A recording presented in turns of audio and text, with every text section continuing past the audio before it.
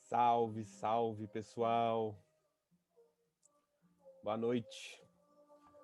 Boa noite a todos, boa noite a todas. Sejam muito bem-vindos ao nosso encontro de junho, aqui da nossa jornada de autoconhecimento e cura.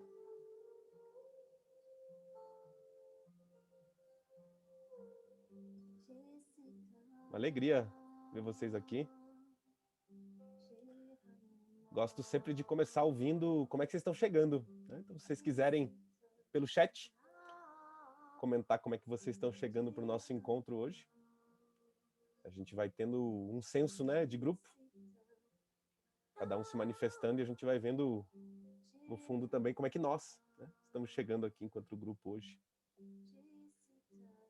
Estou vendo aqui já Germana dando boa noite, Mariene, Daniel, Odair, maravilha. Daniel Rigatti, chegando ansioso. Cíntia, com muita gratidão no coração. Júnia, sinceramente cansada, mas animada, muito bem. Tá tudo certo, né? Chegar cansado, tá tudo bem. Tem dias que a gente não tá tão legal assim. Tá tudo bem também. Nívia chegando feliz. Rose, depois de uma semana pesada, chegando leve e inspirada. É a Lúcia Helena, né? Eu sempre começo lendo o nome, depois que eu lembro, Lúcia. Kátia, está baixo demais. Estão me ouvindo bem? Tá muito baixo meu fone? Eu recomendo sempre usar... Eu vou aumentar um pouco o volume aqui. Eu recomendo sempre vocês também usarem um fone, que o fone vai ajudar. Tassiana, chegando aí com esperança de conhecimentos, muito bem. Maria da Penha, chegando bem, ainda preparando um lanche, coisa boa. Ah, boa. Entendi que vocês disseram que melhorou quando eu coloquei mais perto, né? Tá bom. Riele, chegando com boas vibrações para esse encontro. Maravilha. Muito bom, gente. Nosso último encontro, nós fizemos um encontro de integração, né? Fizemos vários trabalhos em duplas, exploramos alguns temas para a gente ir também se conectando um pouco mais enquanto grupo. E hoje eu quero fazer um pouquinho mais de integração, mas num outro formato, vai ser um pouquinho diferente. E eu quero explorar também alguns temas já aqui no nosso encontro de hoje.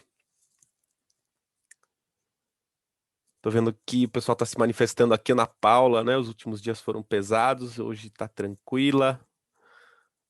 A Ideli tá chegando com o caminhãozinho em reforma. Viva! Muito bom, Ideli. Esse exemplo a gente não vai esquecer mais, né? Foi muito bom. Legal. Eu quero começar com um centramento. Esse centramento, ele é uma técnica de grounding, né? Grounding do inglês, que é aterrar mesmo, né? E aterrar também é uma palavra para a gente se conectar com o presente, né? Quando a gente aterra, né? Se conecta também com a energia da Terra, a gente está aqui. Porque durante o dia, né? A nossa aceleração mental pode ir gerando alguma confusão. E muito em especial para aqueles que fazem trabalhos com pessoas, seja ele individual, seja ele em grupos, o trabalho com pessoas sempre nos coloca em relação, né? Nós hoje aqui estamos em relação, eu estou em relação a vocês e vocês, de certa forma, também estão em relação uns com os outros. Quando eu pergunto como é que você está chegando, a gente vai entendendo, né? Primeiro, como eu estou em relação ao grupo, como é que nós estamos. A gente vai encontrando um pouco da cor da integralidade. A gente vai colhendo esses diferentes aspectos. E no trabalho com pessoas, esse estado de presença, ele é importante porque nessa relação eu preciso sentir o outro. Então, que campo é esse, né, que se forma quando nós estamos em relação? E a melhor forma de nós encontrarmos esse campo, esse contato com o outro, essa percepção da relação, é através da sensação sentida, como se diz na teoria integral. Sensação sentida, o que é que eu estou realmente sentindo nesse momento. E esse o que eu estou sentindo parte, né, do mais denso, físico. Quando eu trago para uma sensação sentida do corpo, eu aterro aqui, porque eu chego mesmo. Então a nossa mente pode divagar, né? Pode ir para o futuro, pode ir para o passado, pode ir para lugares hipotéticos, pode ir para qualquer lugar do planeta, né? Até fora dele, enfim. Enquanto a gente está aqui nesse encontro, então o nosso corpo está aqui, a nossa mente divaga. O corpo está sempre no momento presente. Então, quando eu trago para a sensação sentida, eu estou trazendo também a minha mente para o momento presente. Que é onde eu consigo encontrar esse espaço de relação, que é onde eu consigo perceber esse campo que se forma a partir dessa relação. E aí eu posso ir, de novo, integrando outros aspectos de sensação sentida mais sutis, né? Porque o corpo físico é realmente mais denso. E aí, como é que eu estou energeticamente me percebendo nesse momento? Estou com energia alta, estou com energia baixa. Isso pode me levar a estados mais eufóricos, mais cansados. Como é que emocionalmente eu estou me sentindo? Como é que mentalmente eu estou me sentindo? E no centramento a gente sempre vai trazer para a respiração, né? Como a gente fez a prática da respiração diafragmática, né, no último encontro. Então essa respiração que é realmente a nossa respiração natural, que ajuda a baixar um pouco dessa agitação mental, então ajuda mais um pouco nesse processo de conexão conosco. E no centramento, via de regra, a gente vai ter também, assim como tem em diversas meditações, né, sentir a planta do pé.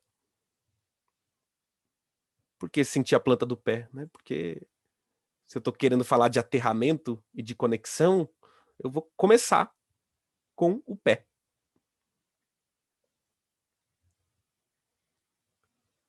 Essa agitação mental, ela pode ser, né, uma das causas, inclusive, de ansiedade.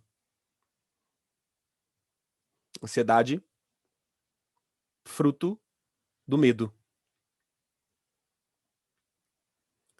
E aí eu quero trazer para vocês algumas rápidas percepções assim sobre medo, né? Tanto o que a ciência hoje entende enquanto medo, dentro da neurociência, dentro da ciência das emoções, mas também trazer alguns paralelos em relação a algumas tradições espirituais, para a gente entender como esses dois campos, né, ciência e espiritualidade, estão falando uma língua muito próxima, né, uma língua muito parecida, tem uma convergência aqui muito grande. Então,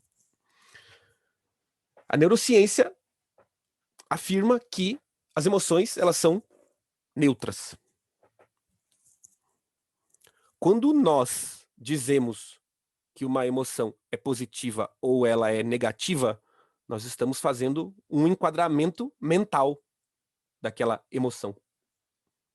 E aqui a gente já vê que a gente está em duas esferas completamente diferentes, né?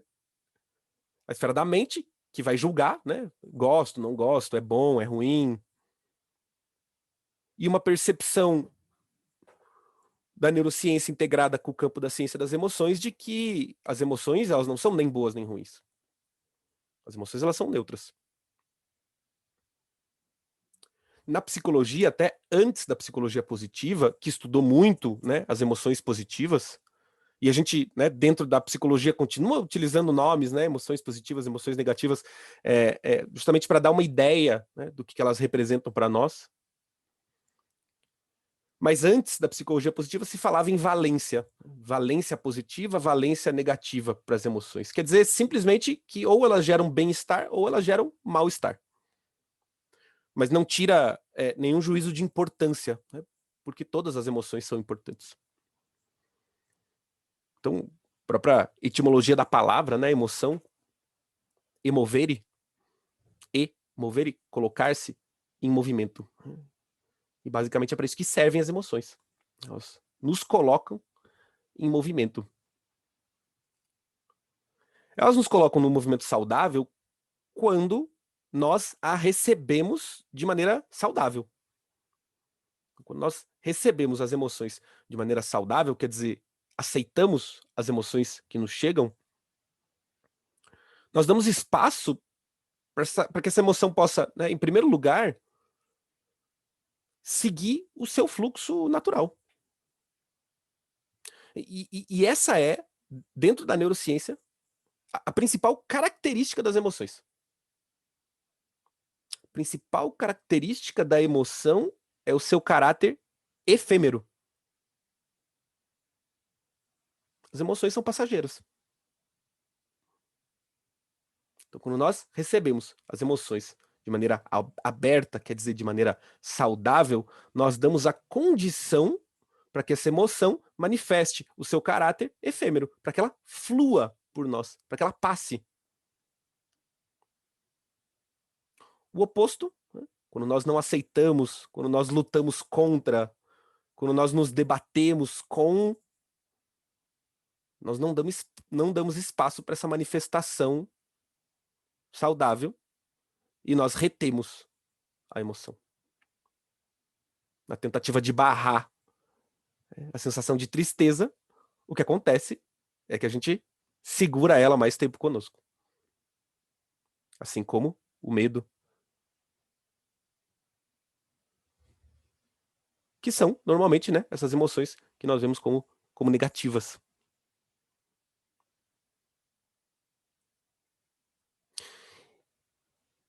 Quando damos esse espaço para que o fluxo natural aconteça, nós temos a possibilidade de dar esse segundo passo, depois de perceber esse primeiro, o segundo passo, que é a utilização da emoção como um combustível por uma ação consciente e racional. A utilização da emoção como um combustível para uma ação consciente e racional. O que isso quer dizer? Isso quer dizer que quando nós não estamos bem conscientes, quer dizer, bem presentes, nós não agimos, nós reagimos. E não de maneira consciente, fazemos isso de maneira inconsciente. E não de maneira racional, mas de maneira irracional. Na prática. Na prática, vocês vão lembrar do começo da pandemia. Lembra aquelas coisas no jornal? As pessoas correndo para o mercado fazendo um estoque de papel higiênico? Né, para uma gripe que é respiratória? Não faz nenhum sentido. Né? Mas aí a gente vê como é que é o mecanismo de reação a uma emoção. As pessoas sentem medo, reagem. Reagem de maneira automática, inconsciente e irracional. Não faz sentido. Não faz sentido comprar papel higiênico para uma gripe respiratória, mas o mecanismo é exatamente esse. Sinto medo, eu quero me proteger. Quando eu me protejo, eu estou num lugar bem egóico, né? Bem egoísta mesmo. Puxa, como é que ele foi capaz de fazer isso? Pô, essa pessoa não pensa nos outros? Pode ser que pense nos outros, mas naquele momento ela está só reagindo automaticamente, inconsciente, irracionalmente. Quer dizer, egoicamente, eu me protejo. Vou comprar papel higiênico para mim. Né? O resto que se vire. No máximo, as pessoas aqui próximas a mim.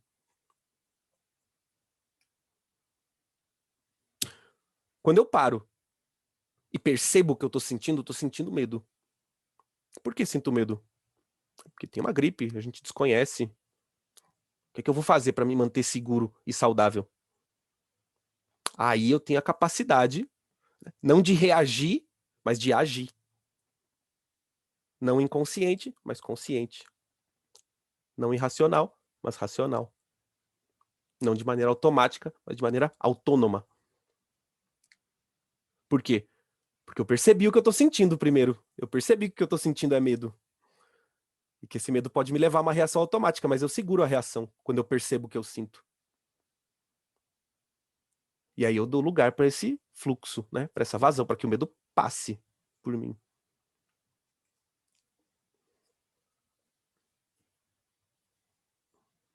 Um outro bom exemplo é o exemplo da tristeza. Quando eu lido com a tristeza que eu sinto, a tristeza tem o seu papel muito importante na nossa vida. Muitas pessoas não entendem bem a psicologia positiva ou a ciência da felicidade, né? E às vezes acham que é uma necessidade de ser positivo 100% do tempo. Mas a própria psicologia positiva investiga isso que hoje é chamado de positividade tóxica. Apenas ser positivo 100% do tempo não é bom, não é saudável. Se eu sou otimista demais, exageradamente, eu deixo de ver possíveis obstáculos no meu caminho. Se eu tenho uma fé cega que tudo vai dar certo, eu não me preparo se algo sai do trilho ou dá errado. Seja fisicamente, seja num plano de negócios, olhar e perceber o negativo é importante, é saudável, nos auxilia. Então eu entendo a tristeza como uma parte natural da vida. Dou lugar a essa emoção, percebo, sinto, de novo, para que ela possa seguir seu fluxo. Quando eu paro, né, percebo o que eu estou sentindo. Autoobservação, sempre, né, como o primeiro passo do processo de autoconhecimento. E questiono, autoquestionamento, como segundo passo. Por que sinto o que eu sinto? Por que me sinto triste nesse momento? Eu tenho a capacidade de entender, né, os gatilhos. Eu tenho a capacidade, talvez, de entender que nesse momento de pandemia, o que me deixa triste é a situação, por exemplo, dos menos favorecidos. E aí, de novo, né, eu tenho a capacidade de uma ação consciente, racional, autônoma. Quer dizer, se me sinto triste pela situação dos menos favorecidos, o que é que eu posso fazer para ajudar nesse momento? Vou me envolver numa campanha de coleta de produtos de higiene, de alimentos. E aí, o que que eu estou fazendo?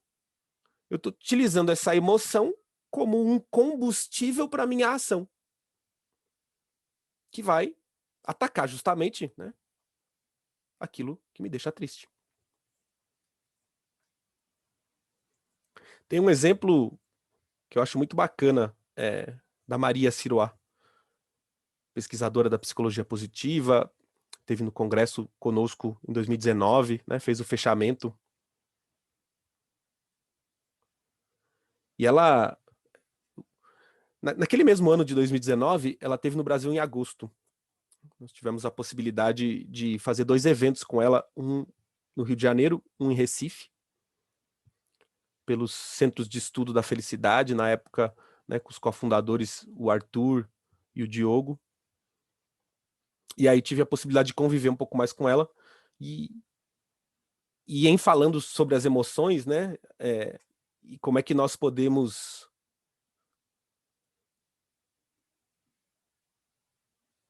utilizá-las de maneira consciente, ela deu um exemplo da filha dela. Então, a filha dela, na época, estava com 16 anos, que é quando nos Estados Unidos tem aquele baile de formatura, né, do segundo grau, 16 ou 17 anos, eu não sei bem, que eles chamam de prom, né, que é a festa de formatura, que a gente vê nos filmes, né, as meninas com vestido, descendo a escadaria da casa, e o menino adolescente com uma flor ali na porta, né, o pai com aquela cara meio mal-humorada, enfim, todas essas coisas que a gente vê em filme.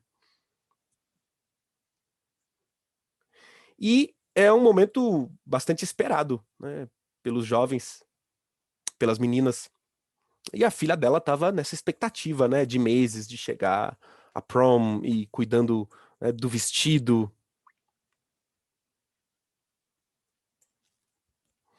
E ela com as amigas organizaram Elas estavam se organizando em relação ao vestido. O vestido ia ser uma surpresa, tanto para os pais quanto para os pares, né, os meninos. E a Maria disse que no dia, né, da formatura, então o menino chegou em casa, bateu a campainha, ela abriu a porta, né, chamou a filha, e ela estava junto com o menino na expectativa também, né, de que ela saísse pela porta, né, ver a filha, né, pro dia da sua formatura, enfim. Esse momento que também é um grande momento para os pais, né, no fundo. E a Maria disse que quando ela abriu a porta, ela ficou chocada. Ela falou: Gustavo, na minha vida inteira, eu acho que eu nunca vi um vestido tão curto.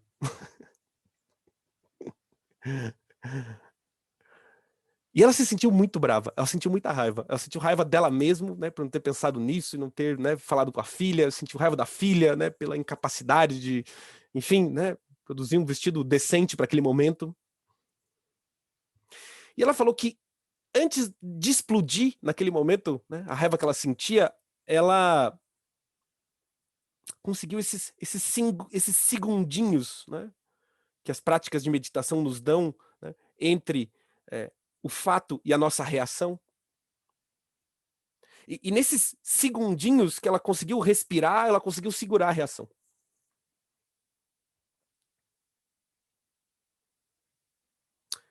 Por quê? Porque explodir de raiva naquela hora não ia ajudar em nada. Não ia ajudar a filha, esperando por aquele momento há tanto tempo, né? Não ia mudar o vestido e estragar a noite da filha. Ela ia se culpar também por isso.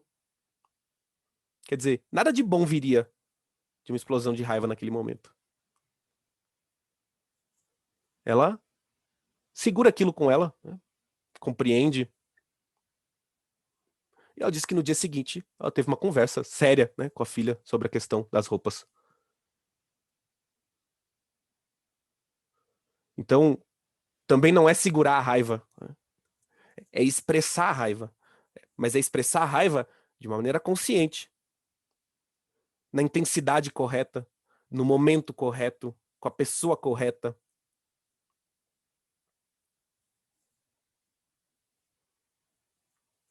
Eu tô vendo que vocês estão mandando dúvidas aqui no chat. Gente, o chat tá aí para isso.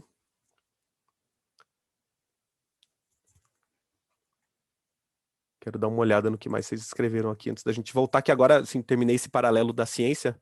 Vamos fazer agora um pouco da linha de como é que a espiritualidade, né, as tradições espirituais veem isso. Neide, chegando ansiosa e preocupada porque o pai do meu filho tá na UTI com Covid. Puxa, Neide, lamento muito, né? Espero que ele tenha uma boa recuperação. Marilena, boa noite, gente feliz da chuvosa e fria Curitiba. Mãe, aqui não tá chovendo ainda, que as coisas estão mais tranquilas, né? Mas tá frio. João, salve. Saúde a todos, 28 graus em Teresina. Meu Deus, 28 graus aqui em Curitiba não faz nem no verão, João. E tô vendo aqui a Lúcia, né, perguntando se toda reação é inconsciente e irracional. Quando nós reagimos, nós normalmente não reagimos de maneira consciente. Mesmo que a reação seja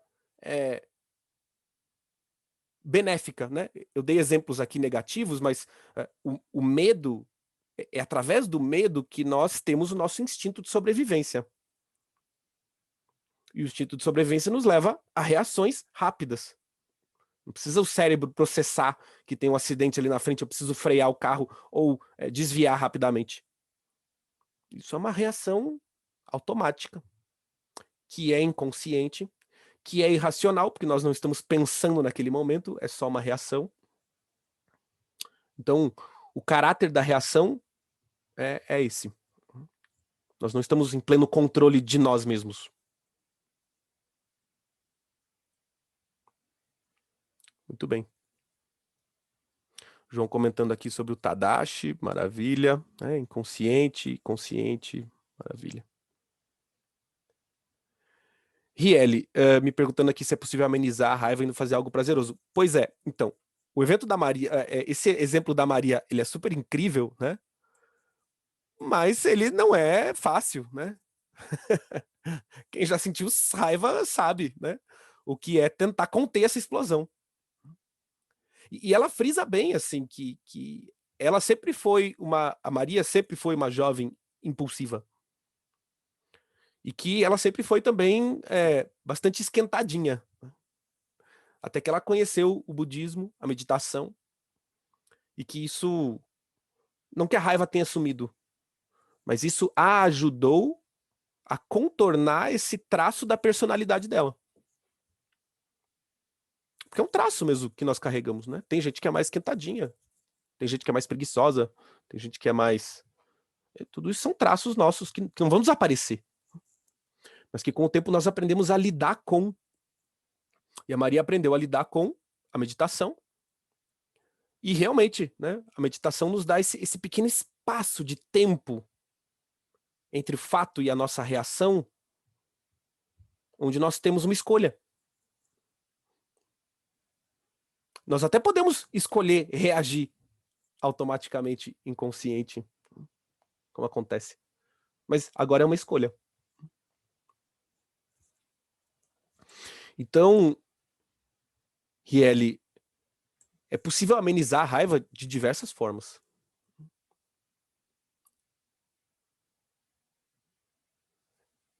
Como é que eu lido com essa emoção? Né? Como é que eu navego por ela? Eu preciso compreendê-la. Para compreendê-la, eu preciso senti-la. Não adianta eu ficar lutando contra a minha raiva, negando, escondendo.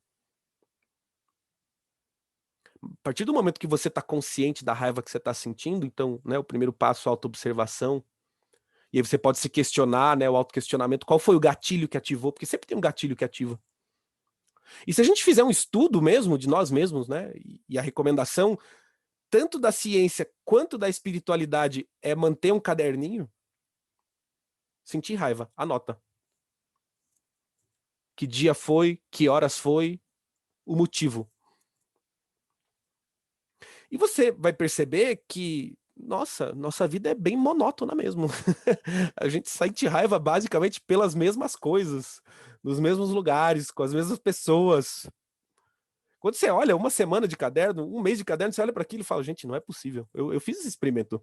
Falei, não é possível, né, que eu vá ficar sentindo raiva pela mesma coisa. É pela mesma coisa. Quando eu vi isso, eu falei, chega, né? Não vou passar a vida sentindo raiva da mesma coisa. Fazer alguma coisa a respeito. O que ativa esse gatilho?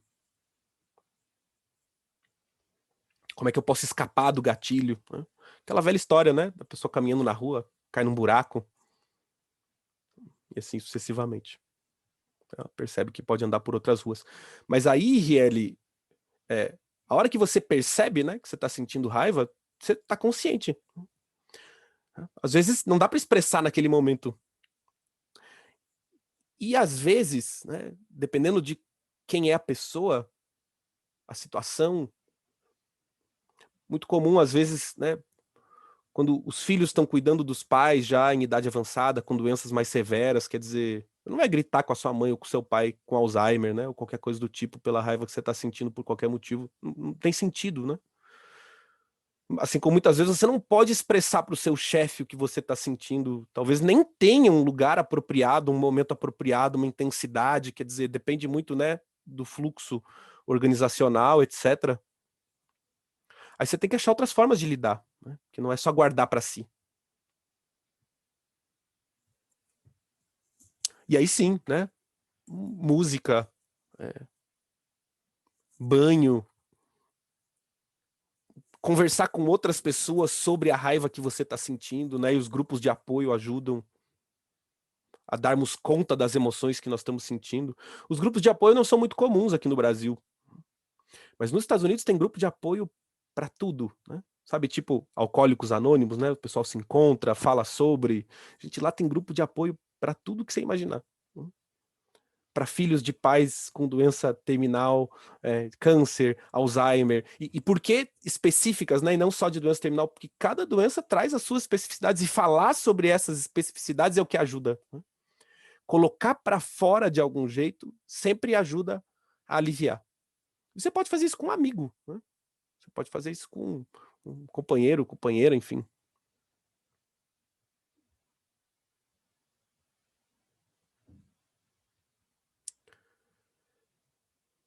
Tô vendo aqui a Lúcia, existem alguns estudos na área da saúde que versam sobre a geração de doenças a partir da retenção de emoções negativas. Exatamente, perfeito. E cada vez mais, a medicina vem descobrindo que as doenças têm fundos emocionais. Tem alguns estudos nos Estados Unidos que estão apontando, né, que pelo menos 90% das doenças conhecidas têm de alguma forma um fundo emocional. Doenças, pesquisas bem recentes mesmo. E hoje, né, falar sobre isso não é uma coisa estranha mais, porque quando a gente falava no passado, as pessoas ficavam, né, mas como assim? Né? Hoje é super comum, tem inclusive nomes, né? O fundo psicoemocional. E as doenças, inclusive, vão ganhando esses nomes, né? Gastrite nervosa, por exemplo.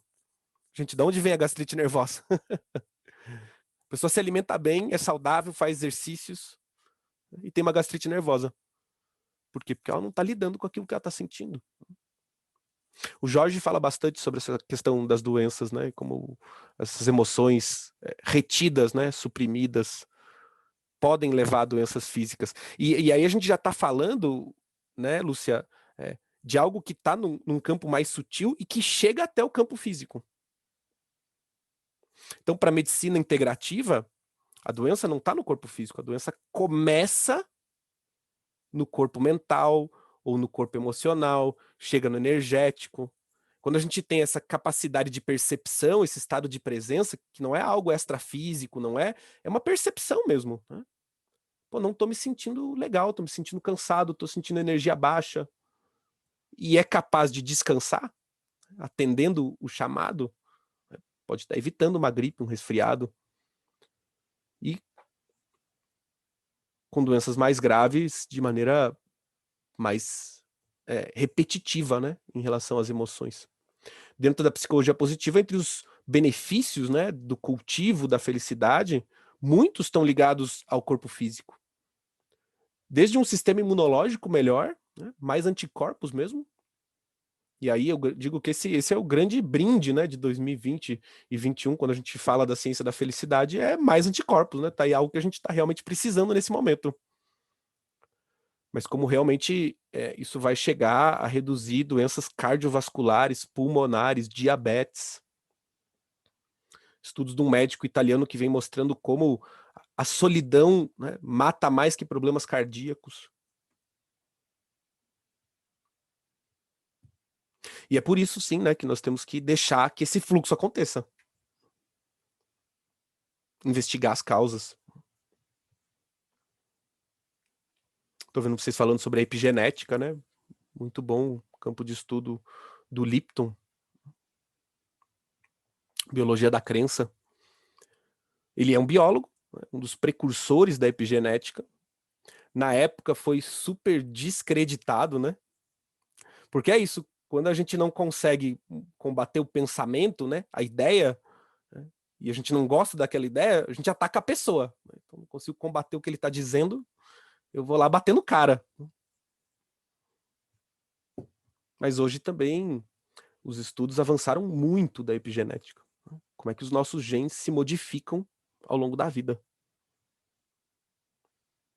O material genético que a gente herdou não necessariamente é aquele que a gente vai passar para frente. O que isso quer dizer, como é que isso acontece, aí ainda é bastante nebuloso. Né? Campo super, super novo mesmo.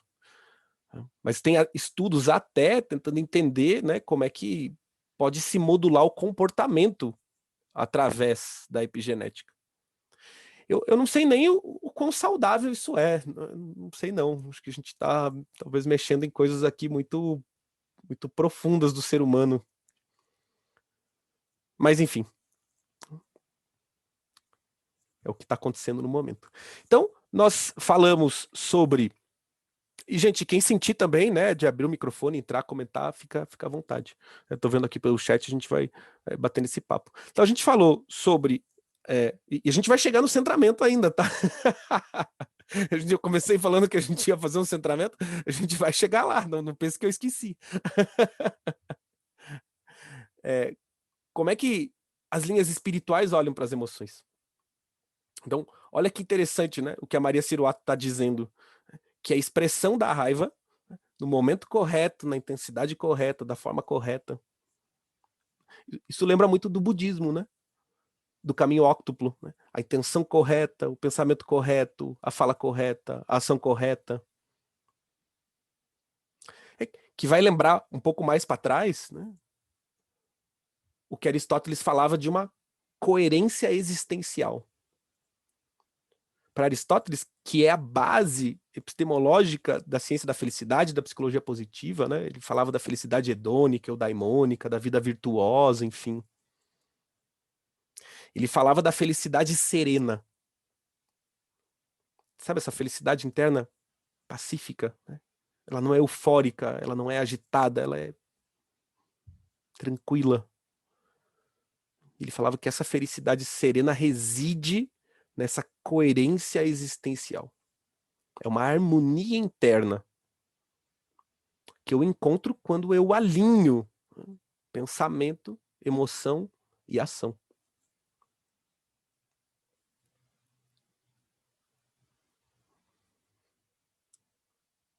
Enquanto a ciência vai falar na emoção, né, neutra, que pode ser um combustível para nossa ação, a espiritualidade vai dizer sempre que a emoção é uma energia. É uma forma de energia. Qual que é o caráter da energia? O movimento, né? Ela se move, ela passa. Enquanto energia na espiritualidade, eu posso canalizar o que eu sinto por um propósito maior. Eu posso canalizar o que eu sinto para autoconhecimento, por exemplo.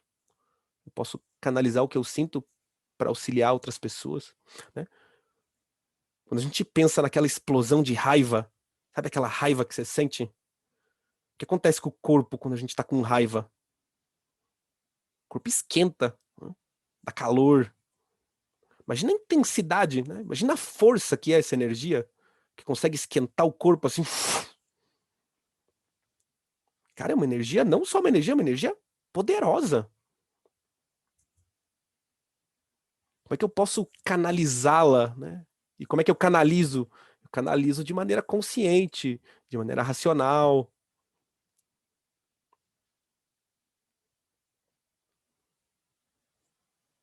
Eu não consigo deixar de ver como é que a gente não está falando exatamente a mesma coisa, né? Como é que espiritualidade e ciência não estão numa conversa assim muito íntima. Vocês mesmos foram citando aqui, né, pontos, né? A epigenética, por exemplo.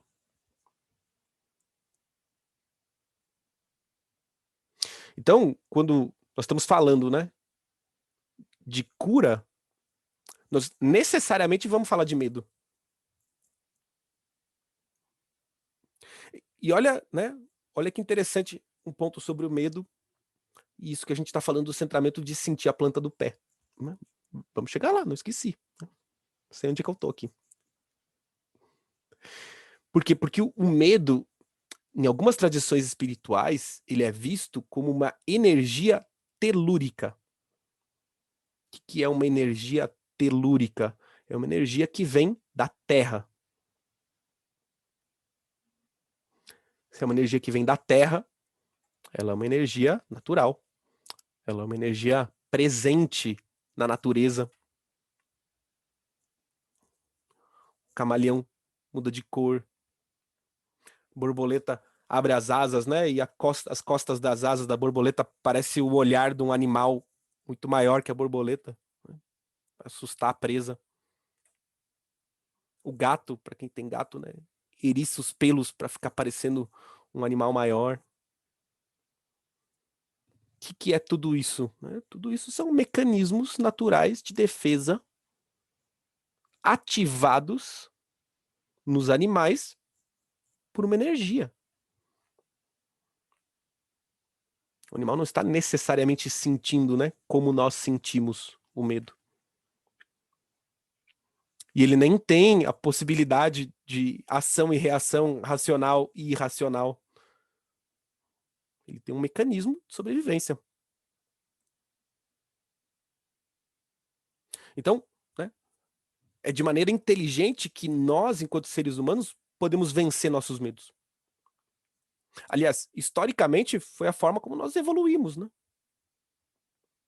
com frio, né, criamos abrigo, né, com chuva, criou guarda-chuva, com doença, criou remédio. Por medo, né, construiu barco, construiu um barco maior, construiu ponte, avançou tecnologicamente. Muito disso está num medo essencial da morte, inclusive. O que eu quero dizer é que esse medo nos despertou criativamente. Novas ideias, adaptação, sobrevivência. O que eu quero mostrar é que podemos olhar para o medo de uma outra forma. Podemos olhar para o medo também como algo positivo. Podemos olhar para o medo no sentido de autopreservação, de autocuidado. E aí a gente abre esse espaço, né? A gente abre esse espaço para aprender com o medo. Que no fundo, está promovendo a vida. Na mitologia grega, a vida é representada pelo deus Eros. Eros está em movimento. Por quê? Porque a vida está em movimento. E essa também é uma chave importante de compreensão do medo. Porque quando a gente não lida com medo, o que acontece? Congela. Paralisa. Não consegue se mexer.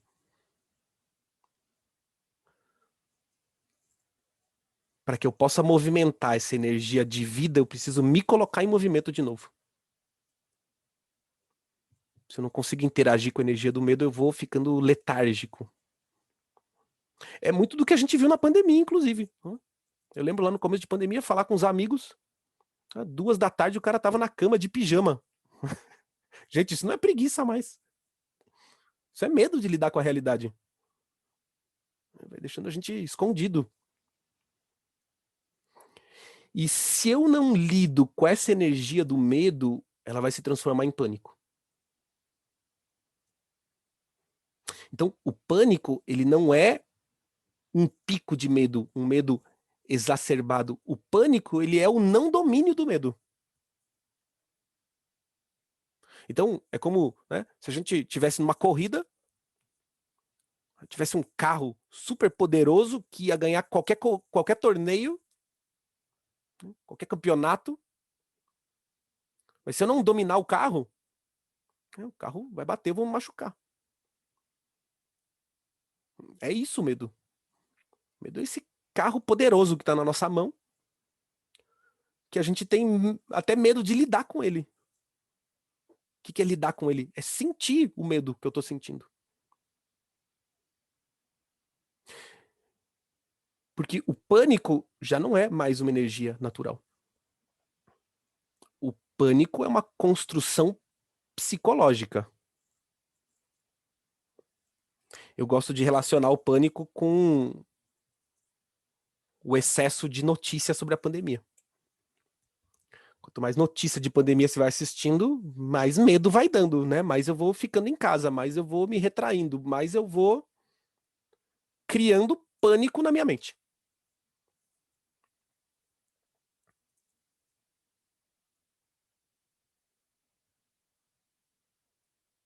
Para quem tem síndrome de pânico, né, ou já teve, né, o que acontece na crise? A pessoa acha que vai morrer. Crise de pânico é realmente estar ali de frente com a morte, né? Que na mitologia grega é representada pelo deus Thanatos, que vai se opor justamente a Eros, né, que é o deus da vida. Essa energia de Thanatos é a que está no pânico, né, que paralisa, que leva a decisões irracionais e que nos encaminha mesmo. Essa energia paralisante nos encaminha em direção à morte. Enquanto a energia da vida, do movimento, me leva em direção a Eros, a vida. Como é que nós alimentamos esse medo psicológico atualmente? Notícia, WhatsApp, redes sociais. Esse é o cuidado em especial que nós devemos ter no momento. manifestações do medo possíveis, né? Nessa ansiedade, agitação, roer unhas, agitar a perna, necessidade de som constante. Se você lembrar de criança, né, em casa talvez, quando você sentia medo, eu fazia isso, descobri que é super comum fazer isso. Você vai aumentando o volume da televisão. Aumenta o volume de uma música. Então, talvez vocês conheçam as pessoas que têm a incapacidade de ficar com elas mesmas. Então tá sempre com a televisão ligada, tá sempre com o som ligado. Nem tá ouvindo a TV, nem tá prestando atenção. A TV tá lá meio que fazendo companhia. Pode ser uma manifestação de medo também. Medo de entrar em contato com o próprio silêncio, enfim. Historicamente, várias outras civilizações tinham outras relações com o medo. Então, os espartanos, por exemplo, criaram o que ficou conhecido como a fobologia, né? A fobologia, que é o estudo do medo. Onde o medo era bem-vindo. Por quê? Porque só o medo poderia fazer, né, com que o guerreiro se desenvolvesse. E aqui é interessante esse ponto, né, porque o desenvolvimento do guerreiro não era pela questão da violência, não era pela guerra. Qual que era o ponto da fobologia e do desenvolvimento do guerreiro? Era a única forma de desenvolver o amor. Interessante isso, né? Porque, às vezes é o contrário do que a gente imagina. Como é que isso acontece? Porque eles entendiam que o ponto máximo do guerreiro é quando ele não está agindo por si. Ele não está agindo por cobiça, por glória, por recompensa financeira. Ele está agindo por algo maior. Quando ele age por algo maior, ele não se preocupa mais com ele. Ele está agindo por aquilo que ele acredita. E ele só faz isso quando ele consegue acessar esse amor muito profundo pelo ideal que ele carrega. Então, para os espartanos, era o ponto máximo que o guerreiro podia chegar, né? Onde estavam, de fato, todas as glórias, nesse despertar do amor mesmo. Que na mitologia grega está na união entre Afrodite, a deusa do amor, e Ares, que é o deus da guerra. Que o guerreiro era aquele, né, que batalhava e lutava a guerra interna, a guerra consigo mesmo. Essa guerra interna de encontro com o amor. Um parênteses, né? Eu quero retomar aqui na ideia do medo como energia telúrica que a gente está vendo da Terra, né? Natural como nós estamos vendo, mecanismo de defesa. Como é que ela entra no nosso corpo?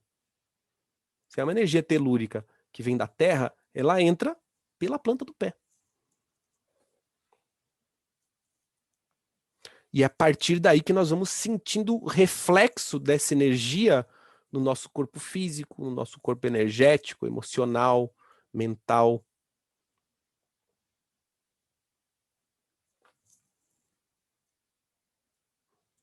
E aí a gente consegue entender, então, a manifestação dessa energia do medo no nosso ser.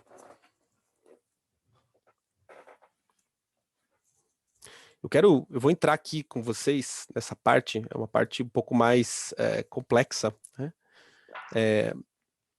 Onde a gente vai falar um pouquinho sobre um Ô, conhecimento Gustavo, teu áudio para mim védico. tá ruim. Perdão. Tá ruim ainda? Não sei se para os outros também tá meio bem entrecortado agora. Como é que vocês estão me ouvindo? Ouvindo bem? Para mim tá ótimo. O volume tá bom? Eu também tô ouvindo bem.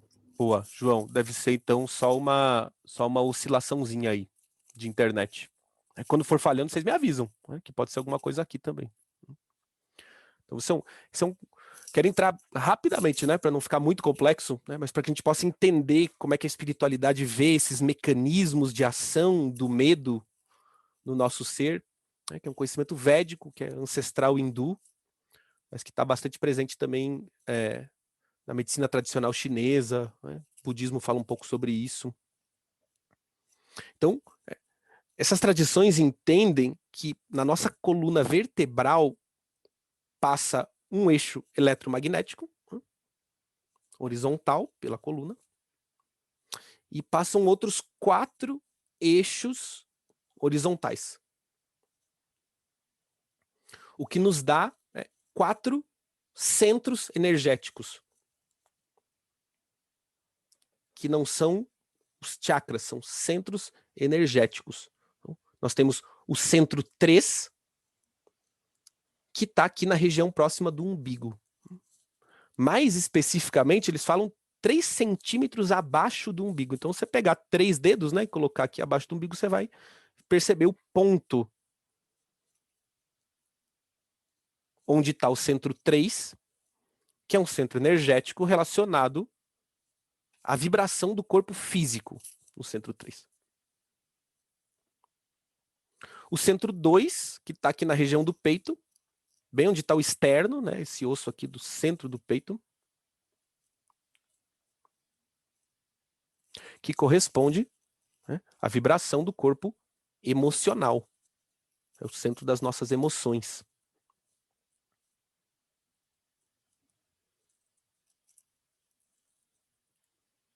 Aí nós temos o centro 1, que está aqui na região da testa. Eles colocam como um ponto aqui um pouco acima do terceiro olho. Então, bem no início aqui, onde, né, a cabeça vai fazendo a curva. Isso, esse pontinho aqui na testa aqui. É o centro 1, que vai se referir à vibração do nosso corpo mental. Então, é também onde está o nosso centro psicológico.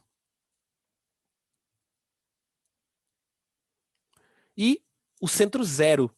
O centro 0, ele está aqui acima da cabeça. Acima do chakra, né, coronário. Ele está para além do corpo físico mesmo. Porque aqui está a vibração do nosso centro espiritual.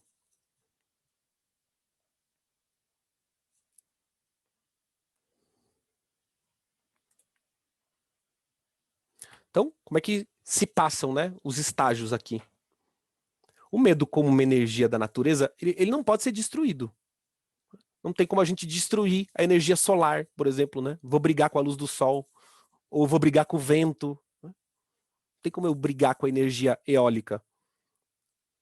O que a gente pode fazer? A gente pode, né, se abrigar do vento, a gente pode, né, se proteger do sol. Através de uma ação consciente, a gente canaliza esse tipo de energia natural para uma utilização, enfim, que nos possibilita, inclusive, estar aqui hoje, né, com a tecnologia. Então, o que se sugere? Que a gente utilize essa mesma inteligência para compreender e canalizar essa energia do medo. Para utilizar essa energia poderosa a nosso favor mesmo. Porque quando a gente está desequilibrado, desatento, com o mental acelerado, a gente não se dá conta dessa energia entrando no nosso corpo. E normalmente vai perceber quando ela já está lá no centro 3. Aquele frio na barriga. A perna às vezes dá uma fraquejada. Às vezes um desarranjo intestinal. Tá tudo nesse mesmo lugar aqui.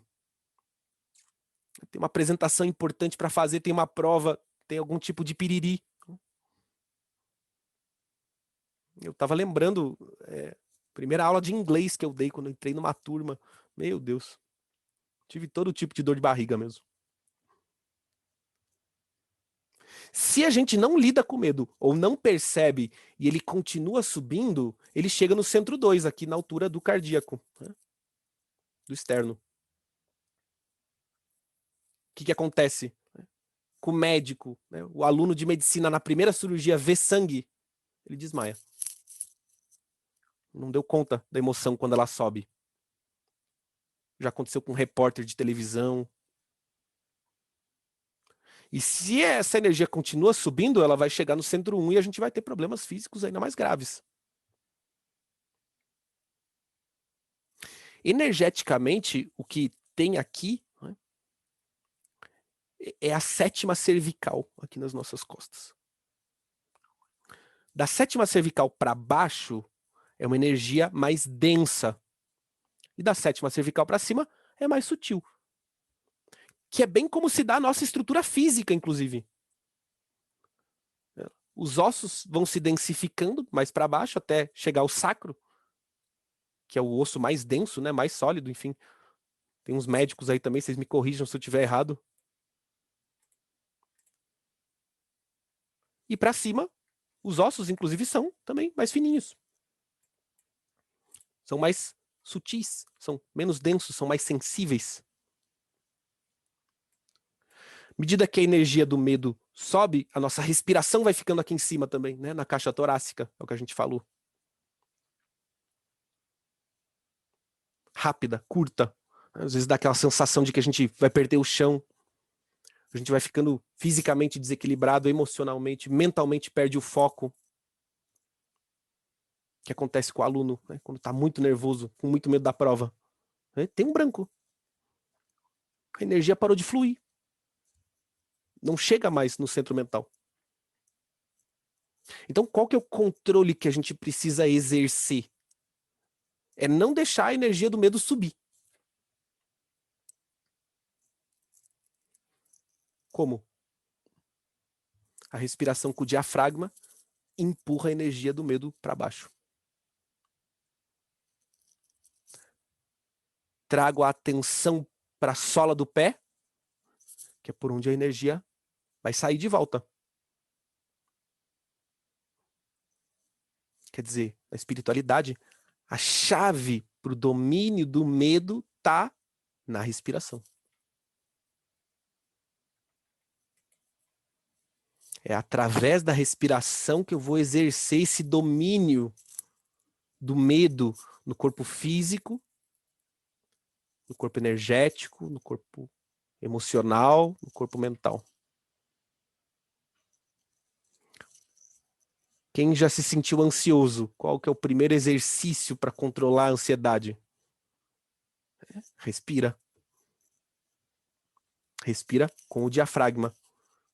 Respira lentamente. Respira profundamente. Expira bem o ar. Sente, né? Traz para o corpo sensação sentida, se torna consciente. Né? Acalma a mente, fala para você mesmo que está tudo bem. Exercícios, técnicas da psicologia, né? Bem similar ao que a gente está falando aqui da espiritualidade. Eu gosto muito de uma frase que diz que o homem que não domina os seus instintos, ele não é mais do que um animal em vestes humanas.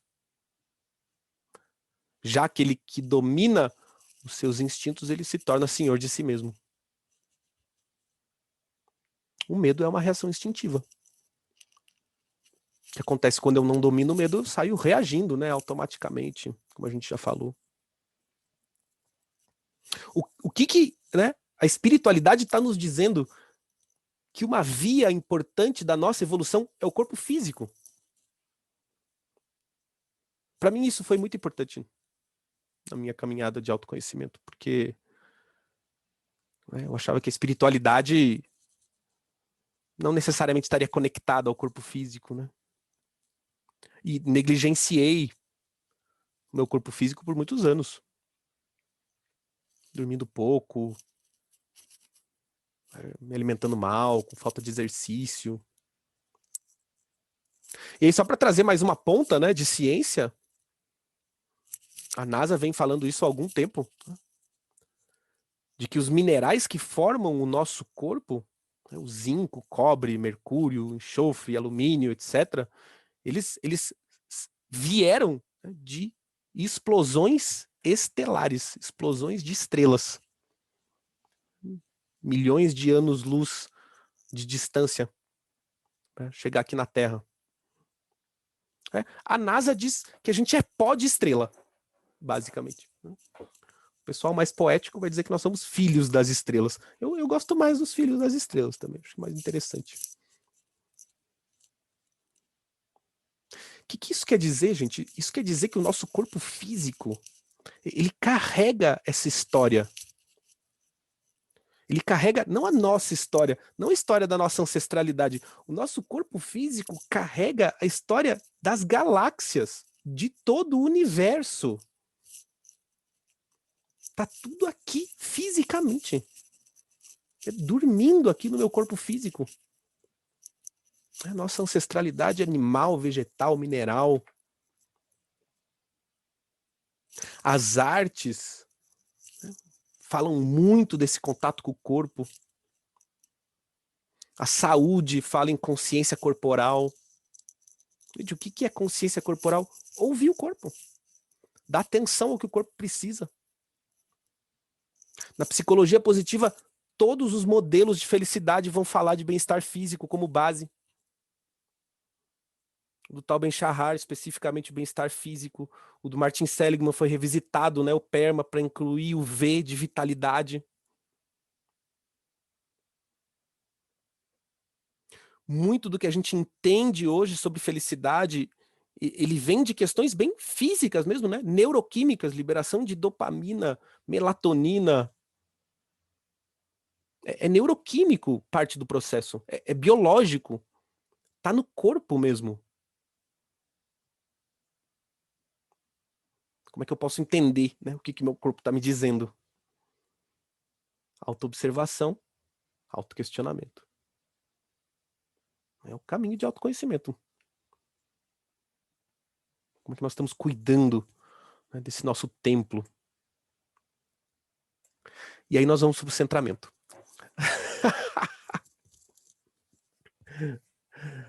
Muito bem. Eu quero ver as dúvidas de vocês aqui. Nívia, felicidade serena é como se fosse o contentamento. Então, Nívia,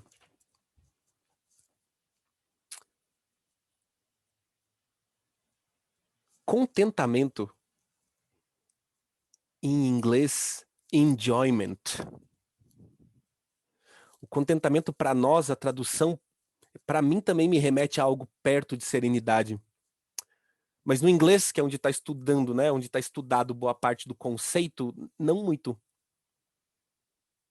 O Mihaly fala muito do enjoyment no flow, que tem mais a ver com, não a diversão, né, como êxtase, mas essa diversão que nós temos a partir daquele momento que nós engajamos a nossa atenção numa atividade. Pode ser a leitura de um livro, pode ser, né, um hobby, pode ser uma atividade de trabalho. Ele fala muito sobre o enjoyment e o contentamento. A serenidade está mais nessa paz interior. Sereno. Para a gente entender, talvez, como o oposto do eufórico. E olha que interessante, né? Porque a gente começa a ver dentro da ciência que essa conceituação vai nos mostrando diferentes tipos de felicidade. O eufórico está feliz de uma forma. O sereno está feliz de uma forma completamente diferente. O contentamento, na visão do enjoyment, no flow, né? Na teoria do fluxo, outro completamente diferente. Na visão espiritualista, né, e eu vou trazer aqui o budismo com Mathieu Ricard. Tem um documentário, inclusive, no Netflix, super bacana acontecendo, Em Busca do Bem-Estar. É um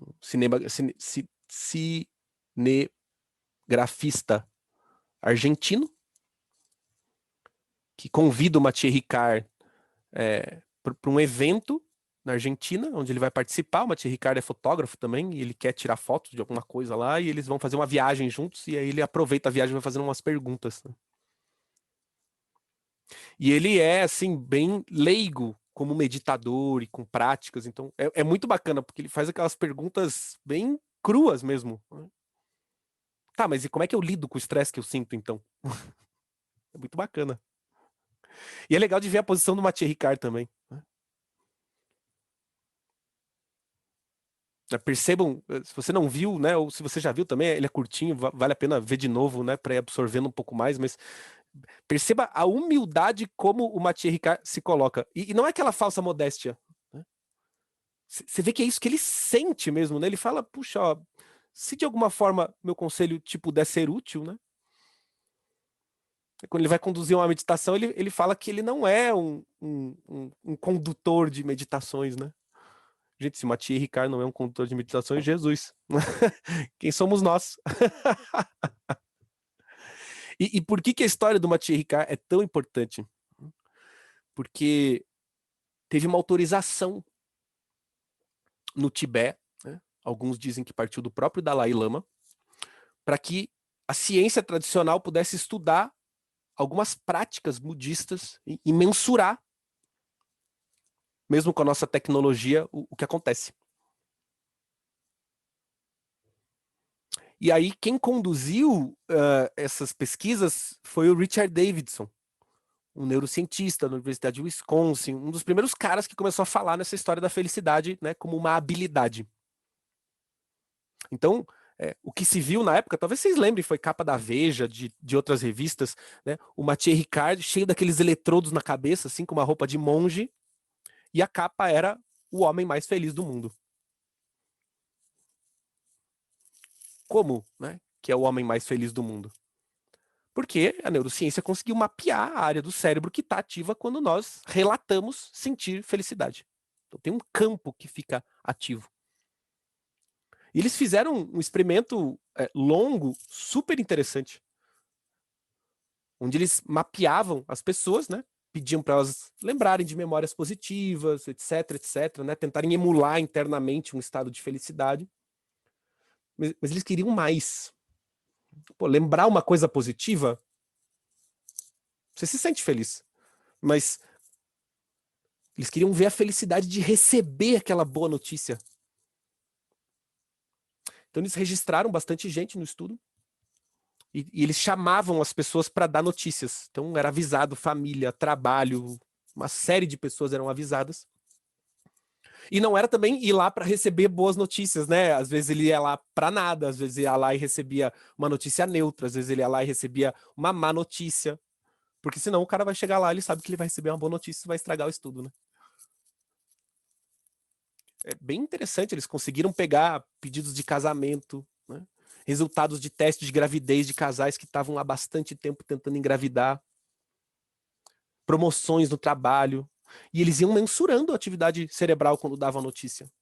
E as pessoas iam chegando ao que eles chamavam de picos de felicidade. Quando o Mathieu Ricard vestiu os eletrodos, ele fechou os olhos por 7, 8 minutos. E a máquina chegou a picos de felicidade que não chegou com nenhum outro ser humano na Terra. Nenhuma notícia ele recebeu, não deram nenhuma boa notícia para ele. Sozinho, meditando, mentalmente, ele tinha a capacidade de estimular um estado de felicidade que nenhum outro ser humano mensurado foi capaz de chegar. Daí então, né, a ideia do homem mais feliz do mundo. Daí então, né, a afirmação do Dalai Lama que passa a ter uma base de ciência, que a felicidade é um estado mental. Felicidade não é uma emoção. Mas isso o budismo fala há milênios, né? E de alguma forma a nossa ciência ocidental conseguiu mensurar um pouco disso, né? E falar, puxa, parece que eles têm razão. Que é o que diz o Dalai Lama, né? Ele já dizia isso, mas depois desses estudos, que esse foi um tipo de estudo, né? Mas todas aquelas coisas que a gente ouviu falar foram também registradas, né? Monges, né, com aquela roupa de monge meditando sobre o gelo e o gelo derretendo e a temperatura corporal aumentando. Isso foi registrado em vídeo, inclusive. Como? A mente criando realidade. E aí o Dalai Lama fala que a nossa ciência ocidental aqui está engatinhando nos conhecimentos da mente. Muito bem. A Lúcia está perguntando aqui sobre a neutralidade como falta de energia. Não uma falta de energia, Lúcia, o que eu quis dizer é que as energias são neutras no sentido de elas não são positivas ou negativas, como a gente normalmente enquadra. Neutra só nesse aspecto. Não sei se foi exatamente isso a tua pergunta. Se não foi, você fica à vontade para complementar aqui. Que eu vi que foi faz um tempo. Não, não foi, Gustavo. Foi quando você falou que a espiritualidade e a ciência tinham o mesmo conceito, né? E quando na ciência as emoções são neutras e na espiritualidade não, então como é que acontece essa paridade, né? Já que o conceito de neutro, para mim, né, pelo que eu entendo, é falta de emoção, entende? Entendi. Nesse sentido que eu perguntei. Então, para a espiritualidade, energia. Né? Para a ciência não diz que a emoção é uma energia. Por quê? Porque não tem instrumento para medir isso. Né? Talvez quando a nossa tecnologia avançar, a ciência vai dizer, puxa, é uma energia mesmo.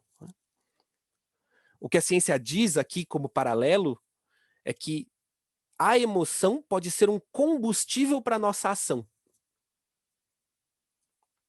E que ela tem um caráter de impermanência, né? Para fazer um outro paralelo com o budismo, que é esse caráter efêmero, né? Ele passa. Isso. Como combustível da ação, né? É um possível uso de energia. Mas a neutralidade é só nessa ideia de positivo e negativo. Só isso. Por que neutro? Porque a emoção não é nem positiva nem negativa. Positivo ou negativo é um enquadramento mental que a gente dá para uma emoção que está em outra área, né? Está no campo emocional mesmo. Então a nossa mente, quando lê, faz essa leitura dual sempre. Bom, ruim, quente, frio. Positivo, negativo, gosto, não gosto. Ou seja, a emoção né? Ponto. Isso, ponto. Ótimo. Exatamente. Daniel está perguntando por que é tão difícil respirar nessas horas. Parece que tudo fica bloqueado. É isso mesmo, Daniel. Né? Quando a energia do medo vai subindo e quando a ansiedade chega, a gente não lembra de respirar. Esse é o ponto da prática. Tem que lembrar mesmo. E é difícil porque o corpo todo está indo para outro lado. Né? Como se a gente estivesse numa espiral e a gente tem que brecar essa espiral e começar a jogar ela para outro lado. Então é um esforço demandante mesmo. É difícil respirar. Assim como é difícil conter a explosão da raiva. Por quê? Porque o corpo todo está se movimentando nessa explosão. Aí você respira e... Não que seja fácil, né? Como no exemplo da Maria. Tô vendo a Nívia lembrando aqui muito bem do Carl Sagan. Exatamente. Poeira de estrela. Poeira cósmica. O nome do documentário é esse que eu mencionei agora, né? Em Busca do Bem-Estar. Netflix. Acho que tem 1 hora e pouquinho. Ele é bem curtinho.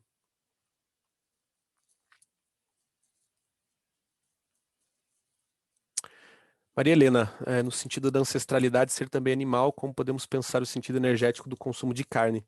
Pois então, né? Essa é uma questão delicada.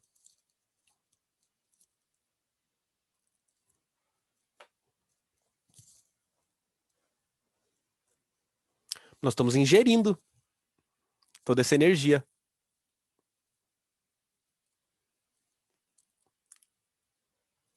O que se percebe, né? E esses são estudos também recentes, que o animal se encaminhando para o matadouro, ele nunca foi para o matadouro, né? Ele está indo para o matadouro pela primeira vez. Ele sente de alguma forma que ele está indo para o matadouro. Isso se percebe pela agitação dele. O que ele está sentindo é medo. E a gente está ingerindo esse medo depois. Isso sabe-se.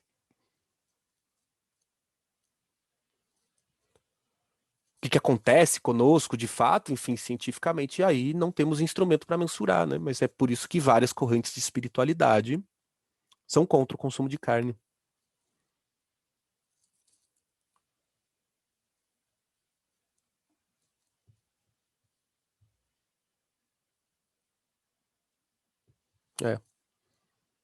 Tem alguns documentários interessantes no Netflix também sobre isso. Né?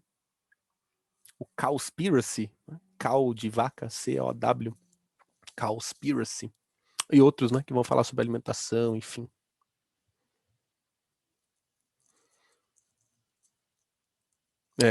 O Dair falando uma palestra que falava que estamos ingerindo morte, né?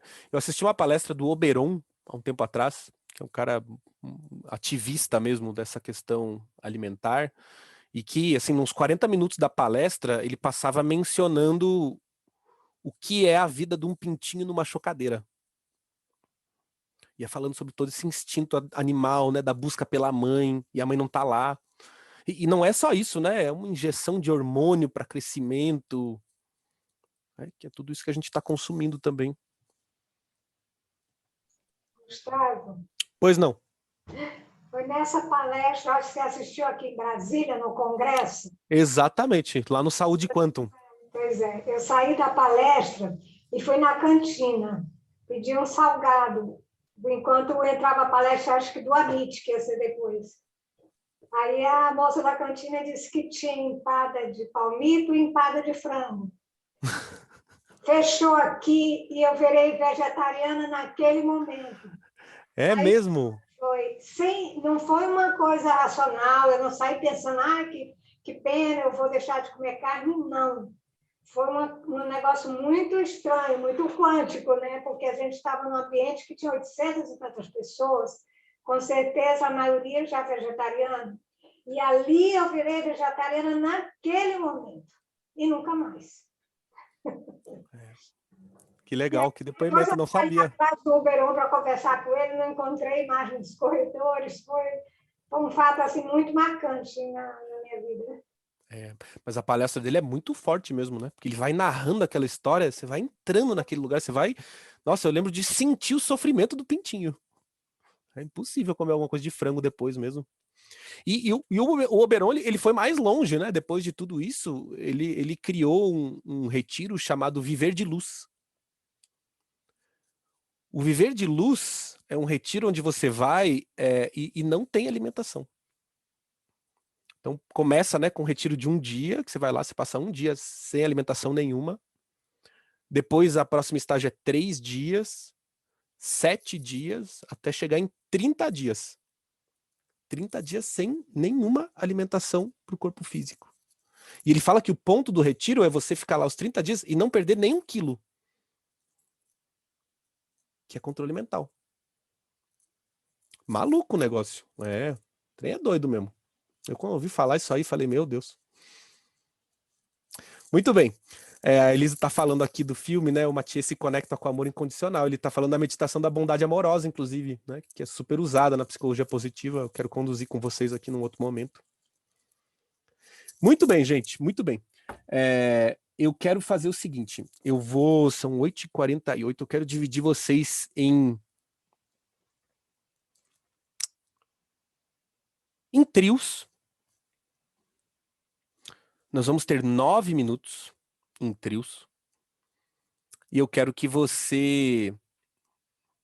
E dele falando todo esse jejum para não perder nem 1 quilo, né? Não vale. É que o ponto dele é esse. O ponto dele é mostrar que o nosso corpo físico não precisa, né, da alimentação que a gente tem. Mas eu concordo com você também, né? Puxa, perder uns quilinhos também não ia matar ninguém, né? Então, eu vou dividir vocês em trios e a gente vai ter 9 minutos, vão ser 3 minutos para cada um, tá? Eu quero que você converse um pouco com o seu trio sobre, na noite de hoje, tá? O que a gente falou aqui que te tocou? A gente falou sobre bastante coisa, né? Mas eu quero que você fale sobre o que te tocou, o que a gente falou aqui hoje, pra gente fazer essa troca. Então, vamos lá. Vou fazer aqui as salas. Amanda, eu acho que eu não tô como co-host. Não tá aparecendo a divisão de sala aqui pra mim. Você consegue me tornar co-host?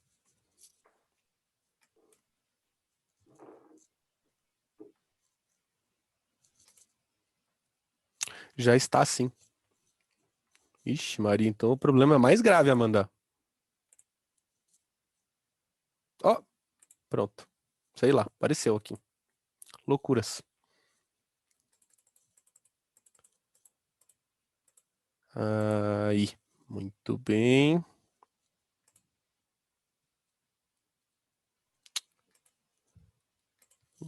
Vamos dar 10 minutos para vocês. Lembra, né, gente? Alguém cuida do tempo. Um cuida do tempo, né? Marcou 3 minutos, você avisa que deu os 3 minutos, né, para o próximo poder também comentar. E vamos nessa.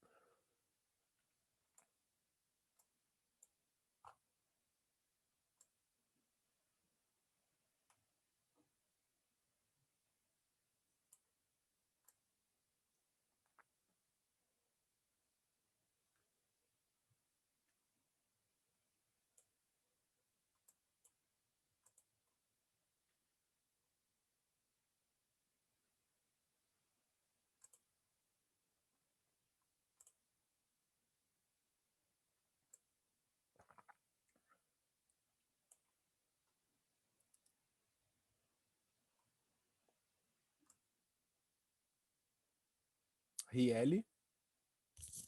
Riele, você tá aí? Sim, estou aí. Boa. Eu tentei te mandar para uma sala. Tá aparecendo para você? Clicar em alguma coisa aí? Deixa eu ver. Acho que sim. Aí se você der um ok, você vai parar lá. Não tô achando aqui. Então, peraí que eu vou tentar mandar de novo.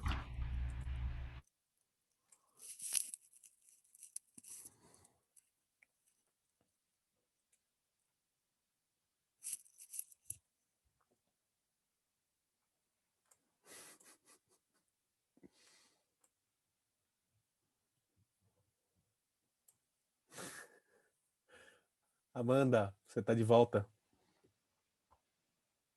Ah, eu preciso te tornar co-host, tá? Peraí. Não, você tá aqui já.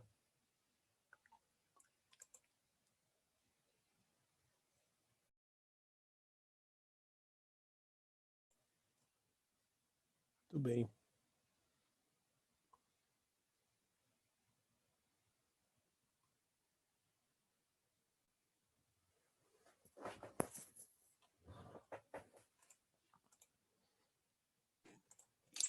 Estamos de volta.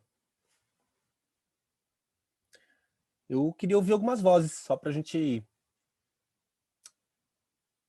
integrar aqui algumas visões. Se você quiser trazer um pouco de como foi, né, o debate no seu grupo, o seu ponto, né, que mais te tocou na noite de hoje. Pode abrir o microfone, entrar e comentar. Ah, eu quero falar. Boa, Daniel. Não, eu comentei que para mim foi muito dentro do dia que eu tive hoje, porque eu tive hoje de manhã uma crise de ansiedade muito forte, assim, meio pânico, meio uma sensação que eu tenho às vezes, eu não gosto nada, mas que foi mais ou menos isso, essa como você falou, né, do tentar segurar, do não querer viver, eu tenho essa coisa de querer me livrar, né? Sei da teoria, sabe? Sei da teoria que tem que fazer, mas na hora eu assim, bloqueia, cega e penso horrores, passa mil coisas pela cabeça, nada boas, até que o processo vai se acalmando, assim, mas leva, tipo, tive que sair do escritório do meu trabalho, ir para a rua e sentar com fone de ouvido, escutando o trabalho, mas na rua, olhando para a rua, literalmente pegando sol, porque não estava conseguindo ficar no ambiente fechado, que começa a dar um sufocamento horrível, né? Então, para mim, o tema ele veio muito em contra, assim, o que foi meu dia, esse medo com pânico e não conseguir respirar e não conseguir dar conta, assim, do que eu estava sentindo. Obrigado, Daniel, pelo teu depoimento. É. O grande ponto que a gente descobriu da jornada é esse mesmo, Daniel. É que a vida está acontecendo aqui, né? A gente está numa imersão de final de semana, a gente fala disso, a gente precisa lembrar de algum momento, quando, né? Não, aconteceu hoje, né? Vai acontecer amanhã de novo, né? Com alguns de nós, enfim. E lembra um outro ponto, né? O ponto de que a esfera do conhecimento, ela tem duas metades. Metade teórica e metade prática. A teoria, não que ela seja simples, né? Mas a teoria, ela é adquirível. O bicho pega mesmo na prática. E é isso que eu preciso, né, para integrar essa esfera do conhecimento. Estava dando feliz aniversário para uma amiga ontem, né? E desejei para ela feliz aniversário. E ela falou: puxa, Gustavo, vindo de você, né? Feliz aniversário, é super incrível. Né? Aprendo muito sobre felicidade com você. E ela é uma pessoa super autoastral, né? Super mesmo. Eu falei, puxa, tem gente como eu que precisa estudar muito teoria, né? E tem gente que já nasce com a prática pronta, né? Como é o teu caso, né? Falei para ela. Porque é isso, ela não precisa de teoria nenhuma para ser feliz. Ela é uma pessoa autoastral, naturalmente, né? Eu falo, é bom nem estudar muito, que a teoria às vezes atrapalha.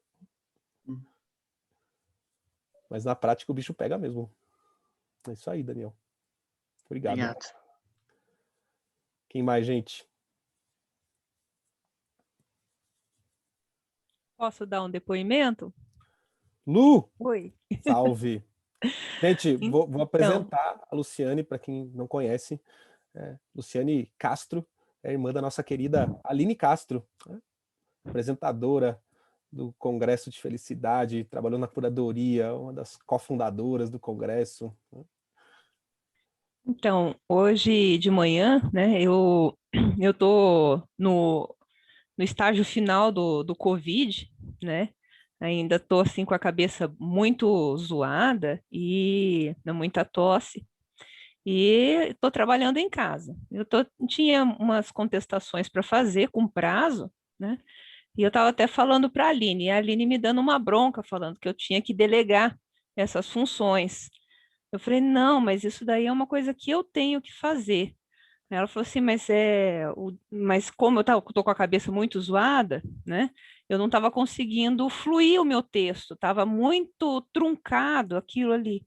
E eu lembrei dos exercícios da monja Coen, que ela coloca no início de toda a meditação dela, aquele ritual de sentar na ponta meio da cadeira, colocar a coluna, como se tivesse um ovo debaixo de cada braço, tal, a posição das mãos e respirar. E eu fiz esse exercício dela, né, de respiração, e é incrível, porque você oxigena tanto o teu cérebro com esses exercícios que as palavras começam a fluir, meu texto passou e antes do meio-dia eu terminei o meu trabalho. Uma coisa que eu ia levar o dia todo para fazer, eu terminei antes do meio-dia. E eu sempre estou fazendo, eu tenho um caderninho, eu já decorei todo o ritual da monja, e de vez em quando, às vezes eu tô no fórum, é assim, eu fico lá que nem uma louca, sentada na ponta da cadeira, com o olho fechado, respirando, até fazendo aquele barulhinho que ela fala para soltar. E isso daí, eu falo assim, que bota o meu pino no centro. Quando você está meio fora, é só fazer esse exercício e bota o pino no centro. Porque mesmo numa situação muito angustiante, aquilo ali te dá uma aliviada. Muito bom, Lu. Obrigado pelo teu depoimento. A analogia tá ótima, né? Porque o nome da prática é centramento. Né? As tradições vão falar em encontrar o centro emocional, né? Por que o centro emocional? Porque senão a gente está na parede da emoção. É como se a gente tivesse num furacão, né? E a borda do furacão é onde está tudo acontecendo, né? Tá tudo indo embora. O ponto mais seguro para se estar num furacão, se isso fosse possível, né? Seria no centro. Porque o centro do furacão ele está pacífico, ele está calmo. Né? É a parede que está girando. Então, o nosso centramento, o nosso lugar de centro é esse pino no centro mesmo.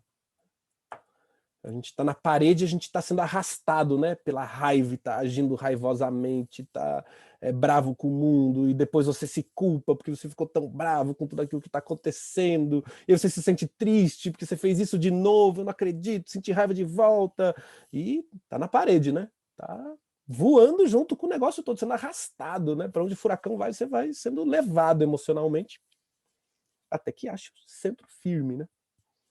Com essas práticas, muito bom. Estou imaginando você no fórum lá, né? Os advogados sentados no meio da cadeira. Muito bom, Lu, obrigado. Vamos ouvir mais uma voz, a última. Se mais alguém quiser se manifestar.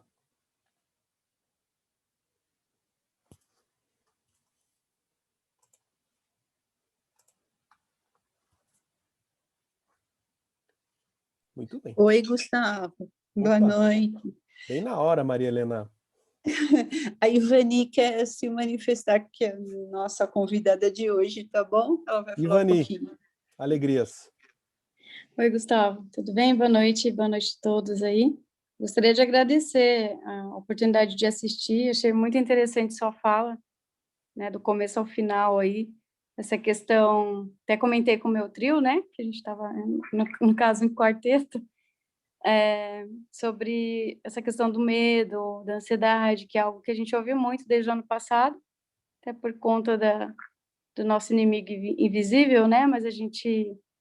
Até a minha fala foi, a gente sabe que precisa usar máscara, sabe que precisa do álcool em gel, sabe que precisa do distanciamento, mas a gente fica com receio de abrir a porta de casa para sair, né? Então, isso acaba desencadeando, mas a sua fala foi muito interessante em relação ao medo telúrico, achei muito legal, aos pontos energéticos, né, que são na vertical também como chakras, mas em locais diferentes e correspondem a áreas aí do nosso corpo, achei muito bacana.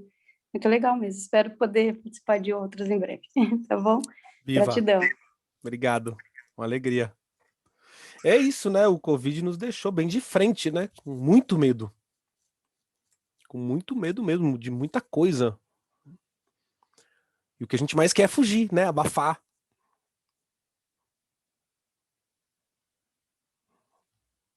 Não é prazeroso sentir medo. É lidar com ele mesmo. A nossa única chance de ter algum aprendizado com o medo é bem consciente de que ele está presente. E acho que a pandemia nos deu isso, né? Nos deu bastante consciência da presença do medo. Os estudiosos mesmo, né, mais profundos assim de espiritualidade, vão dizer que o tempo todo nós estamos sentindo medo, o tempo inteirinho. O que acontece é que, via de regra, a gente não está consciente do que a gente está sentindo. Então a gente não percebe o medo que sente. Mas que a gente realmente não para de sentir medo. E a pandemia, de alguma forma, trouxe isso para a consciência mesmo. É um exercício. Muito bem. Então, nós vamos fazer um centramento. Eu vou pedir para vocês se sentarem, né, de maneira confortável. Se quiserem, né, fazer a prática da monja, desencostar as costas, né, da cadeira, mas precisa um pouco de prática, né, para manter as costas firmes. Né? O tempo vai cansando, aí a gente vai ficando, né, vai encolhendo e o fluxo... Por que as costas retas? Agora a gente sabe que a coluna vertebral passa esse fluxo energético. Então, quanto mais eretas, melhor. Se para ficarem retas você precisar se encostar, tá tudo certo. Sola do pé no chão. Agora nós sabemos também por quê. As mãos vão repousar sobre as coxas. Você pode também, né, fazer um mudra. Concha a direita sobre a esquerda no colo.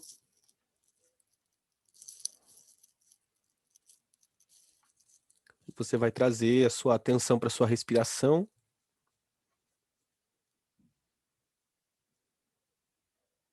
A respiração é diafragmática.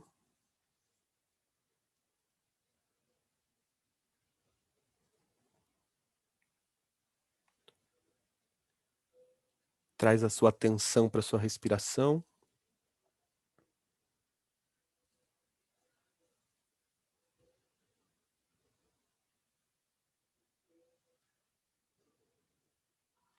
e traz a sua atenção para a sola dos seus pés. Sente bem a sola do pé tocando o chão, sem movimentar o pé.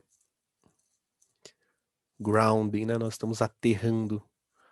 Sensação sentida, trazendo a nossa mente para o contato com o nosso corpo físico, né? Toda essa densidade para aterrar mesmo, construindo estado de presença.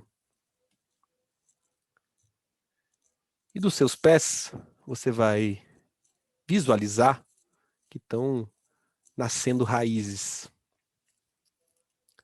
E que essas raízes elas vão se enterrando fundo no solo, na terra, raízes grossas, que vão te trazendo ainda mais aterramento, ainda mais grounding, ainda mais energia da terra, né? Nossa mãe, Pachamama.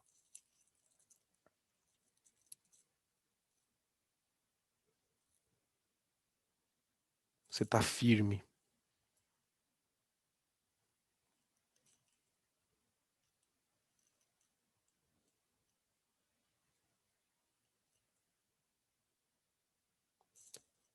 Dessas raízes você colhe boas energias. E essas boas energias, elas sobem as raízes, elas sobem o seu corpo. Essas boas energias, elas chegam até a altura do seu peito.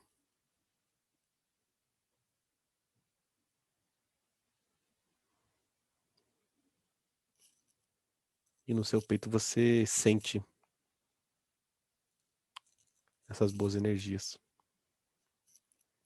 Você sente essa vitalidade, essa força, essa conexão.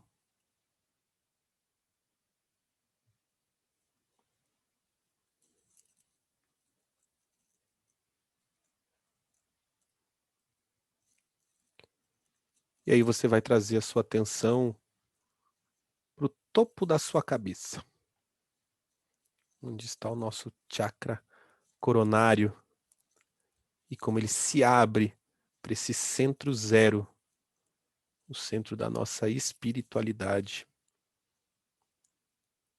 E você sente que de alguma forma isso te eleva alto, te eleva até o céu. O firmamento, o sol, as estrelas. E de lá você também colhe essa boa energia.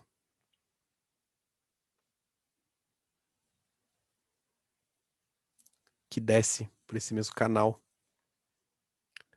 Entra pelo topo da sua cabeça, desce até o seu peito e se encontra com aquela energia da Terra. Nesse momento,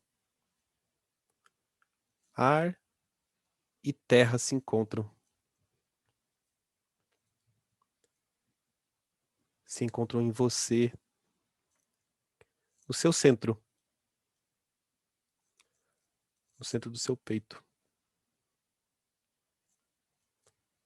No seu cardíaco.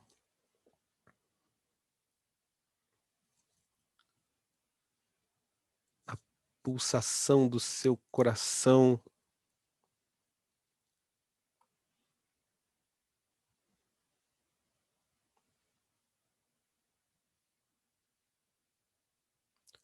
Onde você é o centro e você sente essa união energética,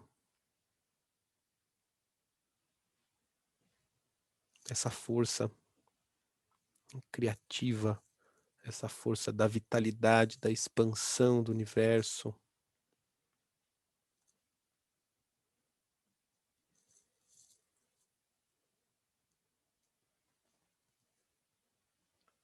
Aí você pode trazer a sua atenção para suas costas.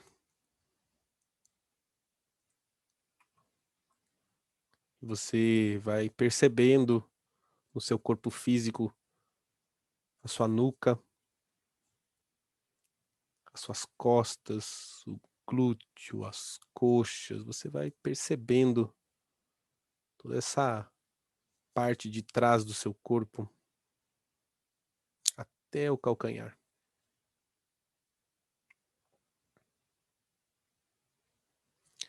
Atrás de si você tem a figura do seu pai, atrás do seu ombro direito, a figura da sua mãe, atrás do seu ombro esquerdo,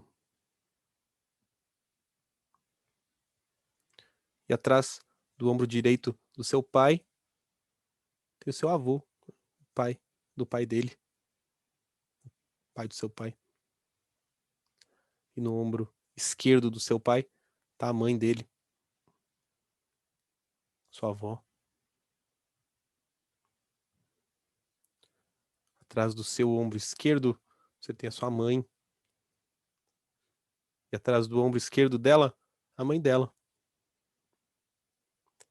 E atrás do ombro direito dela, o pai dela, seus avós. E assim, sucessivamente, toda a sua linha de ancestralidade. E você sente essa resiliência, essa força, a força da sua origem. Você está aqui, vivo hoje, nesse exato momento, nesse exato local, por conta de toda a sua história de vida. Todos os seus erros, todos os seus acertos te trouxeram até aqui. Mas você só nasceu por conta da história de vida dos seus pais, que entre todos os erros e acertos, trouxeram você até esse exato momento. Desde aquele momento, né, da conjunção carnal, né, permeada pela energia da vida, que soprou a sua vida no ventre da sua mãe. E qualquer mínimo detalhe diferente em toda essa história, e você não estaria aqui hoje.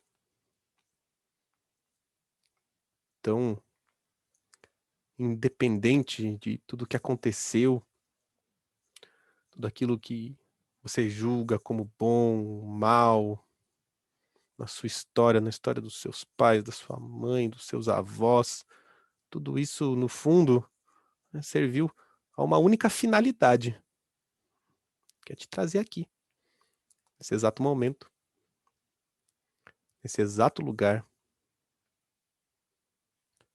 e tá tudo certo.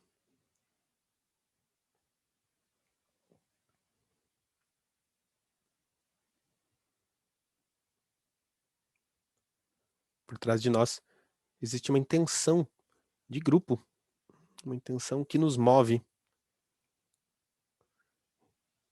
Existe também a nossa intenção enquanto grupo aqui hoje. Uma intenção de grupo que empurra a todos nós nesse caminho de autoconhecimento, de autodescobrimento, de coragem, de amor, de cura, de consciência.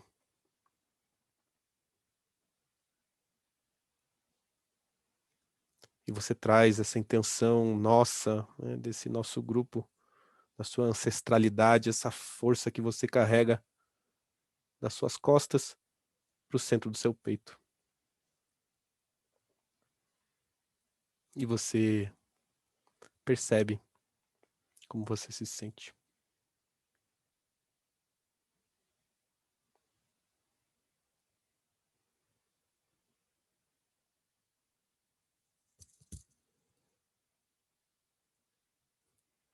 E aí você vai trazer a sua atenção para a parte da frente do seu corpo.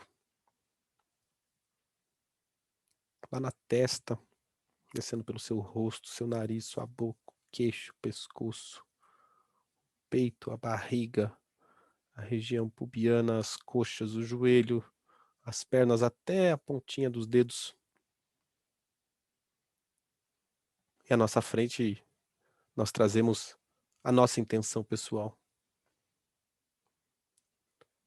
E nesse momento você pode trazer a sua intenção mentalmente. O que é que você está buscando? O que é que você deseja encontrar?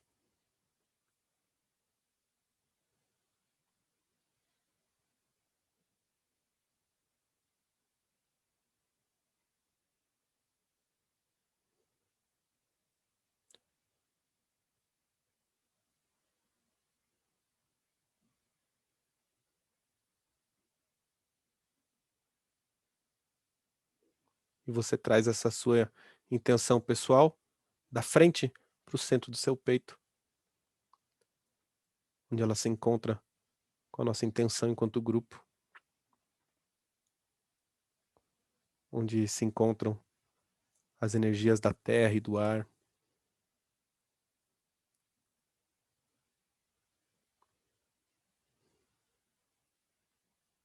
E nessa alquimia do seu coração, você repousa sereno.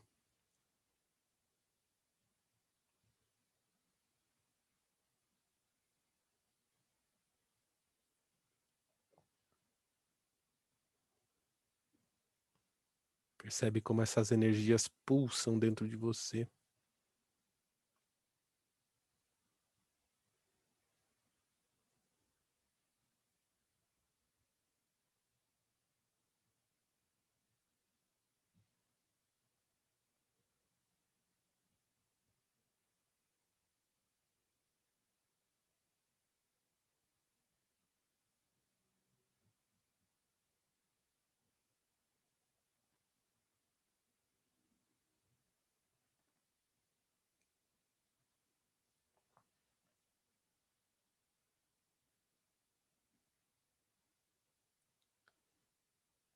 Devagarinho você volta a sua atenção para a sua respiração.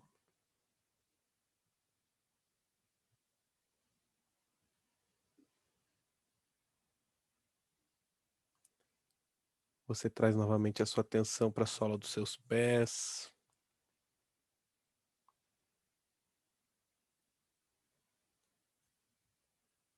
E aí você pode começar a movimentar o seu corpo.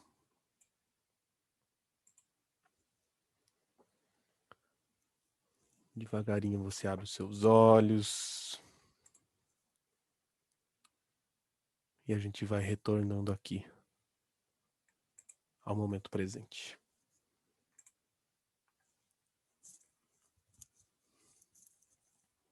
Como é que vocês se sentem?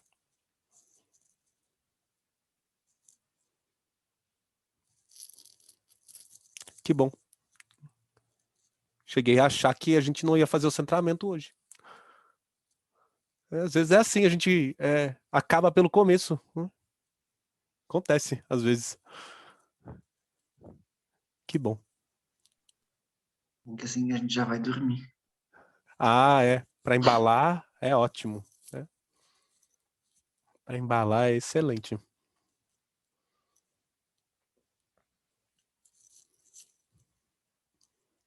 Gente querida, uma alegria estar aqui com vocês nessa noite. Agradeço a presença de vocês, o carinho, a interação. A gente precisava explorar essas camadas do medo para a gente poder começar a explorar algumas camadas de amor. A gente já viu que tem uma conexão bem profunda, né, com o medo. Eu quero trazer para vocês, assim que possível, né, talvez nosso próximo encontro, mas a gente tem também o trabalho para fazer a partir do que o Jorge for trazendo, então vamos ver, né? Mas tem hoje bastante estudo dentro da ciência da psicologia positiva sobre o amor, que também não é nenhuma novidade, né? A gente está explorando esse tema enquanto humanidade já há bastante tempo dentro da filosofia. Eu quero trazer também esse olhar para vocês. E eu fui sentindo, enquanto eu estava, né, preparando esse nosso encontro de hoje aqui, As emoções. como a psicologia positiva e a ciência da felicidade também falam sobre cura. Também falam sobre perdão, também falam sobre gratidão. E um dos pontos muito interessantes da gratidão é como a gratidão e alguns outros elementos, até como a ansiedade, Daniel, elas não coexistem no mesmo espaço. Então, a ciência tem compreendido alguns elementos mais profundos, né, da gratidão. E eu sinto que essa pode ser uma via de abordagem também. Porque, via de regra, quando a gente fala de cura, a gente fala de dor. E a gente vai ter que entrar lá também. O Jorge faz esse trabalho de maneira incrível, né? De maneira muito leve também. Não tem como, né, não integrar a sombra. Senão a gente fica na superficialidade, inclusive da felicidade mesmo. E aí nada é duradouro. Tudo é muito raso, né? A gente não consegue adentrar em estados mais profundos, né? Eu vou conseguir entrar em estados mais profundos de felicidade quando eu também caminhei por estados mais profundos de mim mesmo, né? Das dores que eu sinto.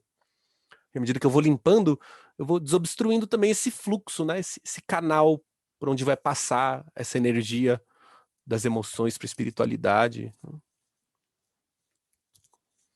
Mas eu sinto que a gente pode caminhar por isso também. Tem insights bastante interessantes da psicologia positiva dentro, por exemplo, da cura dos relacionamentos. Então eu vou querer trazer, né, durante o tempo, essa linha aqui para nós. Nosso próximo encontro é no dia... Alguém tem agenda fácil aí? No dia 19 de junho, sábado, com o Jorge Trevisol, das 10 ao meio-dia, esse, né, já estava agendado. E no dia 29, 19h30, aqui com o Prembaba, recebi as perguntas de vocês, já encaminhei lá. Esse é o encontro que estava marcado que seria comigo, e a gente acabou marcando esse encontro, né, que acabou ficando antes, aqui nesse mês, né, como um encontro extra. Gente querida, alegrias. Grande abraço a todos, a todas. Boa noite. Boa noite a todos. Muito obrigada. Até breve. Boa noite. Boa Boa noite. noite, obrigada. Boa noite, Beijo boa no noite. coração. Boa noite. Tchau, tchau. Tchau. Boa noite.